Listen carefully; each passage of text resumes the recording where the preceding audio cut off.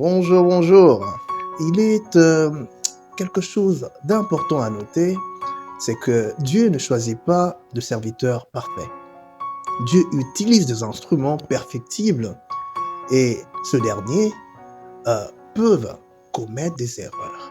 Aussi, l'attitude la meilleure est de toujours vérifier, qu'importe ce qui est dit, vérifier sa conformité en rapport avec ce qui est dit dans la Bible.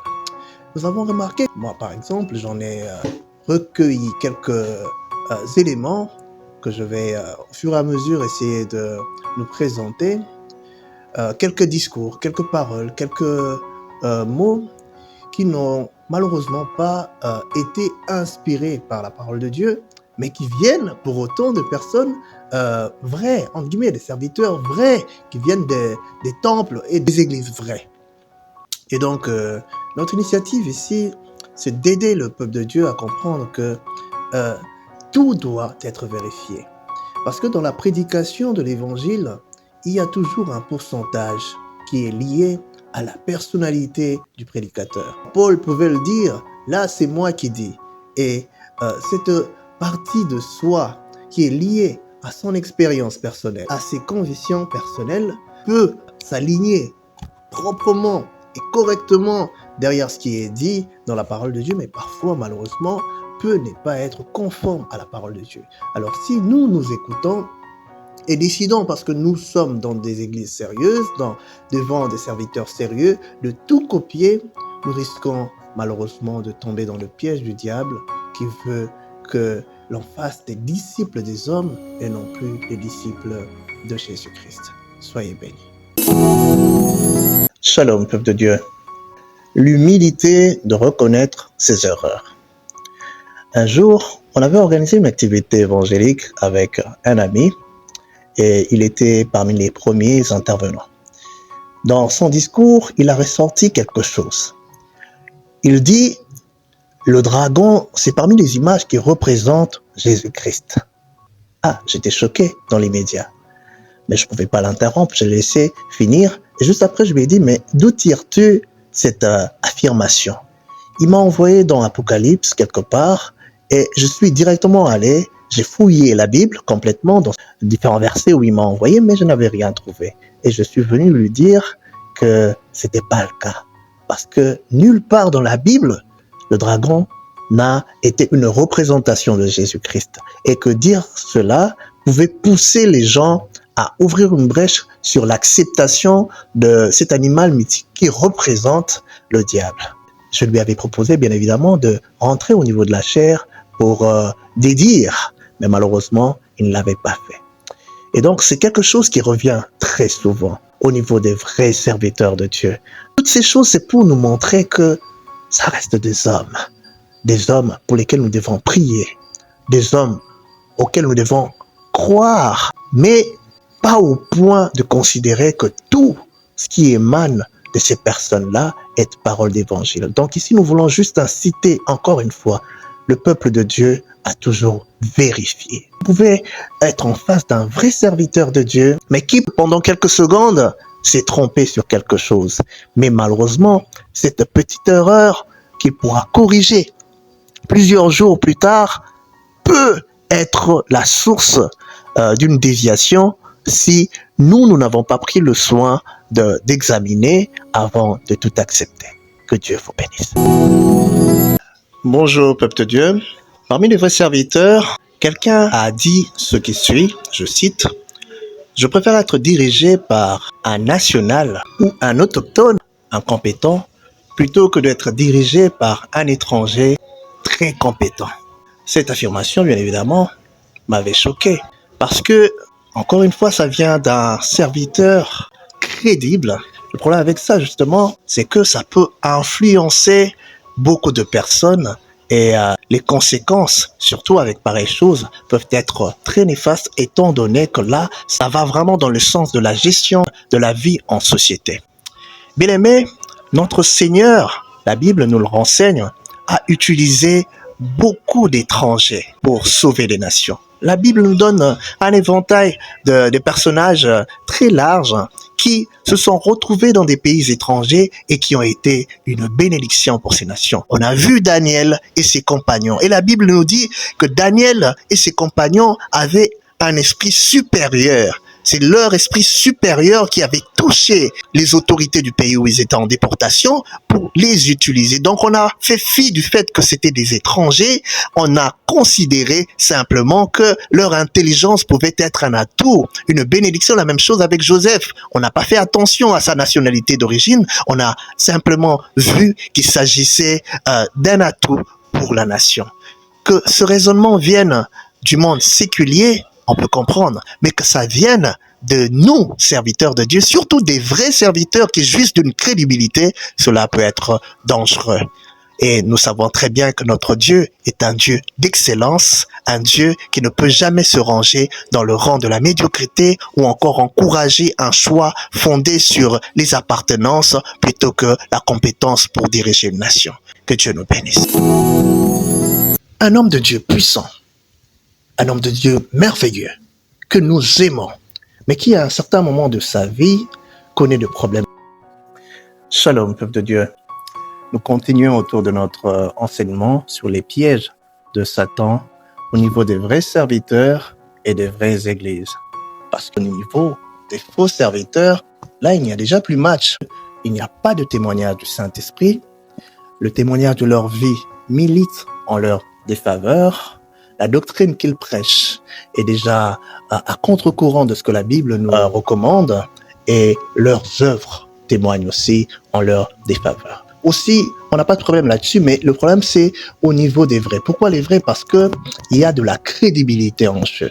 C'est vrai, jouissent de cette image sobre qui fait que ce qu'ils disent est pris parfois comme parole d'évangile. Or, on l'a dit lorsqu'on a introduit notre enseignement, que ce sont des hommes comme vous et moi qui, à un certain moment de la vie, peuvent se tromper. Nous allons prendre un exemple. Un homme de Dieu puissant, un homme de Dieu merveilleux, que nous aimons, mais qui, à un certain moment, connaît des problèmes. Et à l'issue de ces derniers, il décide de recommander de ne plus opter pour la communauté universelle de biens en cas de mariage. Est-ce un péché? En soi, ça paraît anodin, mais le problème c'est que cette prise de position peut être très insidieuse pour l'avenir. Je vais m'expliquer. La Bible nous enseigne que lorsqu'un homme et une femme se marient, ils deviennent un. L'unité, c'est pas seulement au niveau du corps et de l'esprit, mais c'est au niveau de tout, des biens. Et nous savons que l'amour est fondé sur la confiance. Or, dès que l'on décide qu'il faille se marier en séparation de biens, on a déjà soupçonné un mal. Or, la Bible nous dit, l'amour ne soupçonne aucun mal. Vous voyez le piège? Et l'ennemi va profiter de cet état de choses pour insuffler un climat de méfiance qui, à terme, pourrait contribuer à détruire un couple. Il arrive que ces personnes réalisent qu'elles avaient tort et elles reviennent au niveau de la chair. Il y en a qui ont cette humilité de le faire, mais malheureusement, pendant ce temps, plusieurs ont vu leur vie être influencée par cette décision et plusieurs destinées seraient détruites. Donc, bien aimés, prenons le temps d'examiner et pourquoi pas de trouver le moyen de dire à ces grands hommes de Dieu que nous aimons tant de corriger les tirs et à défaut, nous avons la responsabilité de prier pour eux. Que Dieu nous bénisse. De nos jours, dans nos églises, de plus en plus prolifèrent ces genres d'expressions.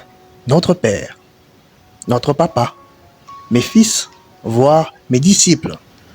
Elles se sont tellement imposées au point que appeler un serviteur, pasteur, apôtre, évangéliste peut paraître irrespectueux. Cependant, que nous dit la Bible à ce propos? Mais vous, ne vous faites pas appeler maître ou rabbi, car un seul est votre maître et vous êtes tous frères. Et n'appelez personne sur la terre votre père, car un seul est votre Père, celui qui est dans les cieux. Ah. Assurément, c'est l'un des versets les moins populaires dans nos églises actuellement. Cependant, la Bible est claire. Il ressort que le problème n'est pas au niveau des titres. Parce que si nous allons au plus bas, nous remarquons au verset 10 par exemple, il est dit « Ne vous faites pas non plus appeler directeur ». Là n'est pas le problème. Le problème, c'est au niveau de l'attitude. Et le verset 11 et 12 l'exprime si bien. La Bible dit « Le plus grand parmi vous sera votre serviteur, et quiconque s'élèvera sera abaissé, quiconque s'abaissera sera élevé. » Voilà. Donc, ces titres, en réalité, peuvent produire en nous des attitudes de supériorité. MacArthur l'explique si bien. Il dit que dans ce passage, Jésus ne condamne pas les titres, mais il condamne la prétention et l'orgueil qui peuvent découler de cette tendance. Jésus n'est pas contre l'expression d'un respect, mais le problème, c'est qu'il ne veut pas qu'on en fasse des titres spirituels au point d'accorder un excès d'autorité à des hommes, de sorte que la vérité n'émanerait non plus de Dieu, mais de ces hommes-là. Plus les gens acceptent d'être ascensés, placés sur un piédestal, certains, malheureusement, en profiteront pour manipuler plusieurs destinées, et naïvement, les membres ont cette facilité à se dire que lorsque l'homme de Dieu décide, c'est Dieu qui a parlé. Ce que nous devons retenir, en définitive, c'est ceci. Le Seigneur ne nous demande pas de faire nos disciples. Il demande à ce que nous fassions ses disciples. Un exemple simple. Vous êtes un avocat stagiaire. Vous travaillez chez quelqu'un qui vous apprend le métier. Ici au Congo, on les appelle par exemple les caïmans. On peut l'appeler mentor, chef. Mais lorsque nous retrouvons devant le prétoire, nous sommes tous confrères. Ça devrait être la même chose. Le titre de respect que l'on attribue à son mentor, à celui qui t'a amené vers le Seigneur, ça reste entre vous. Mais lorsque nous sommes devant le Seigneur, dans une assemblée, nous sommes tous frères et sœurs dans le Seigneur, nous sommes tous disciples de Christ, et Christ est le seul maître à bord. D'ailleurs, lui-même, Christ, il ne s'est jamais prévalu de ce titre de père vis-à-vis de ses disciples. Et pourtant, c'était lui qui était leur géniteur spirituel. Mais il les appelait mes frères. Et ses disciples l'appelaient maître. Donc, retenons en définitive que un seul est notre maître, le Seigneur Jésus-Christ, et un seul est notre Père, le Père du Seigneur Jésus-Christ, Yahweh. Et qu'il est plus prudent à l'Église d'appeler nos bergers pasteurs, prophètes, docteurs, apôtres, évangélistes, en lieu et place de notre Père, notre Père, notre Père. Que le Seigneur nous bénisse.